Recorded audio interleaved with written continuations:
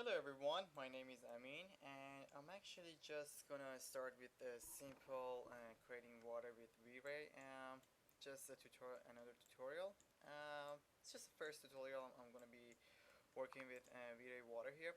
But this is my previous scene. Let me just get rid of the plane here. Let's just get into it. So I'm just gonna quickly just go over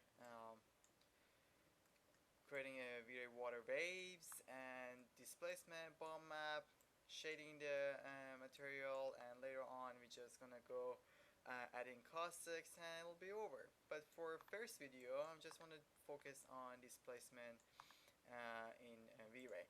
So I'm just gonna create a simple plane here. Let me just go over here. There's our plane.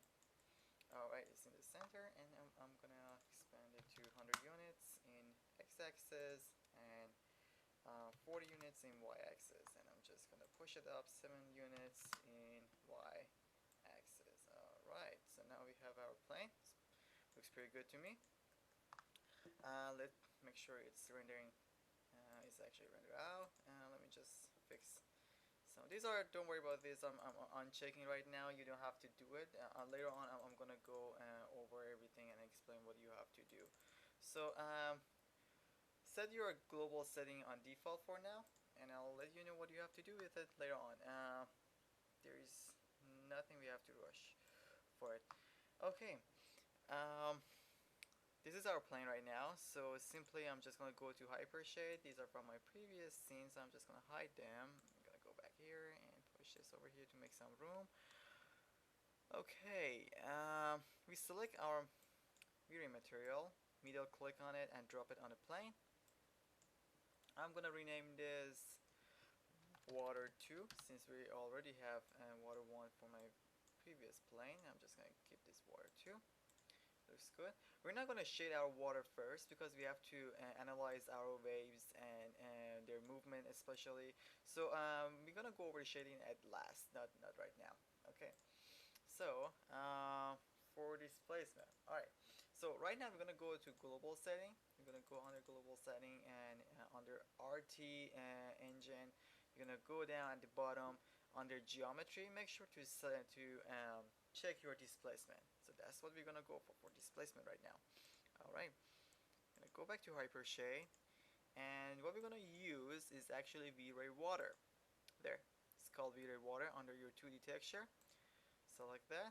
Right now, we're gonna bring this VrayWater here. It doesn't look like, it doesn't have a texture, water texture to it. But as you notice, there is a tiny bit of spots over here. I'm gonna go over everything right now, explaining what it is and how it's actually working. Alright, first I'm gonna select my multiplier and middle click, drop it on my shader, and I'm gonna check displacement map. There it goes. So once we check our displacement map, I'm gonna go down here and render out. There's our plane, but you see we don't have our displacement. You might ask like, hey, it's not connected to the shader, that might be it. Well, not really. Your displacement doesn't connect to straight to the shader, it connects to the geometry. Right here, as you notice, V-Ray creates a geometry, and the displacement straight connects to the V-Ray geometry of your object. So as we see right now, our displacement is connected. I'm gonna go back here. Something you have to keep in mind is actually once you create your object, you should make sure it's actually does have a connection to V-Ray displacement map. So how do we do that? We're gonna go right here under attribute editor. So at the top right here, there is attributes, V-Ray, and we're gonna check displacement control. So once we check that, a new actually drop down menu for us and just pops up right here. So we're just gonna click that, and it shows our attributes, everything we're looking for. It's not that difficult to know about the VrayWater, but let me just explain something about the VrayWater here. The VrayWater texture is not based on normal displacement.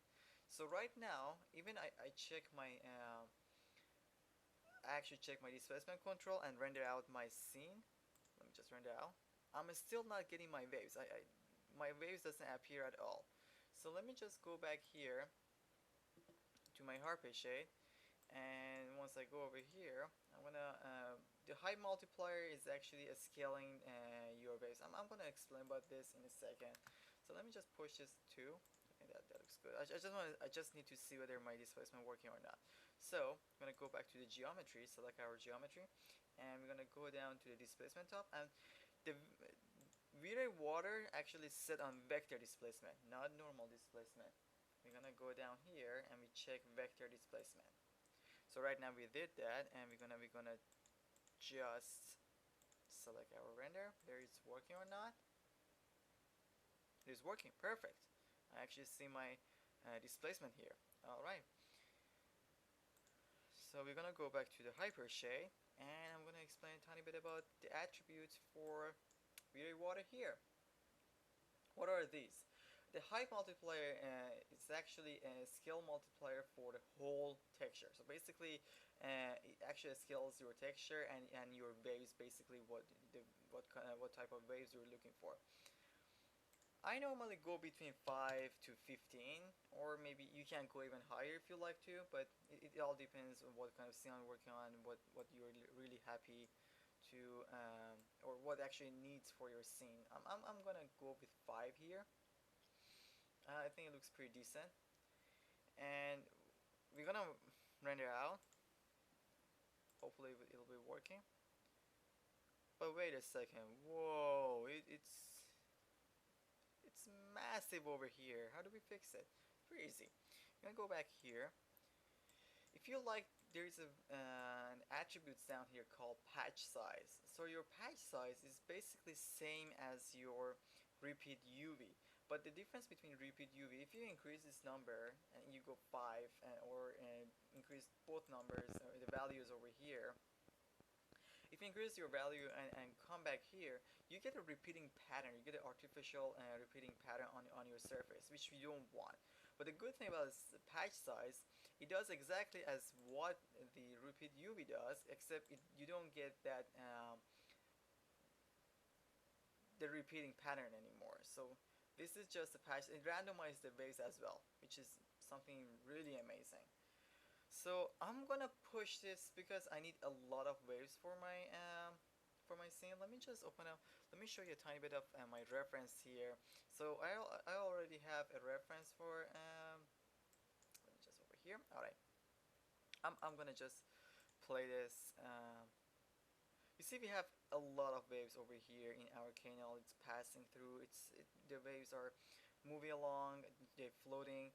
It looks pretty decent. I actually like this reference. So I'm gonna go back to my displacement here, and since I need a lot of waves for my canal, I'm gonna go with 2000. You see, now we have a lot of spot here. Let me just zoom in. There it is.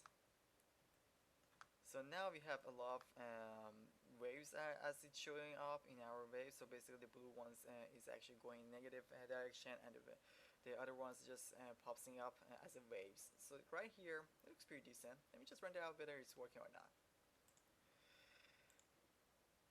Do we get the good waves or the waves we're looking for? What's happening? Keeps popping in. Whoa, that's crazy. No, I did not want that.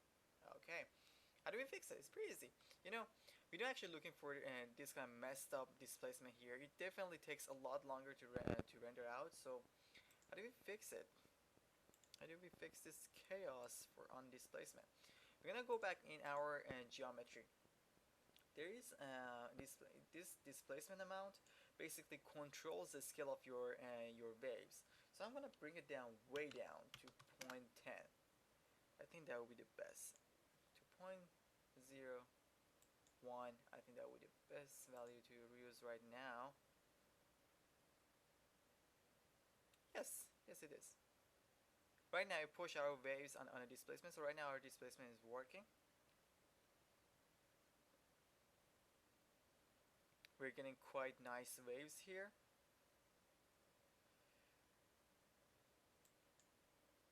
Okay, it looks like we have our waves here, but I would just simply go right here, change that to 4,000, which I'm looking for. I'm gonna go with 6,000. Um, it's 6,000 over here, and I'm gonna push my geometry scale to point 001. Way down. Okay, render out. Good. We have a lot of waves right now in perfect scales, and that's exactly what I was looking for. Let me just, as fast as I can, go over these attributes over here. The wind direction basically is the direction in which direction your waves would you like to you want to travel to. The wind magnitude basically just pushes your waves, basically specifies the strength of the wind creating waves, but keep in mind higher values produce larger waves. And the wind direction multiplier multiplies the wind magnitude over here. The chopping multiplier actually stretches your waves, but the higher value you go, it breaks your surface as well. I'm gonna go over that in the and also the rate over here. Um, it increases the animation time, it increases the movement speed on your waves, and the resolution. The higher you go, the more detail you get on your surface. I'm gonna go with the next in the next tutorial. I'm gonna explain how to use the V-Ray displacement in our surface exactly, and how do we get it to look proper. And I think that would be it. I think right now it looks pretty fine. So you can check out my next video right now. In the next video I'll explain what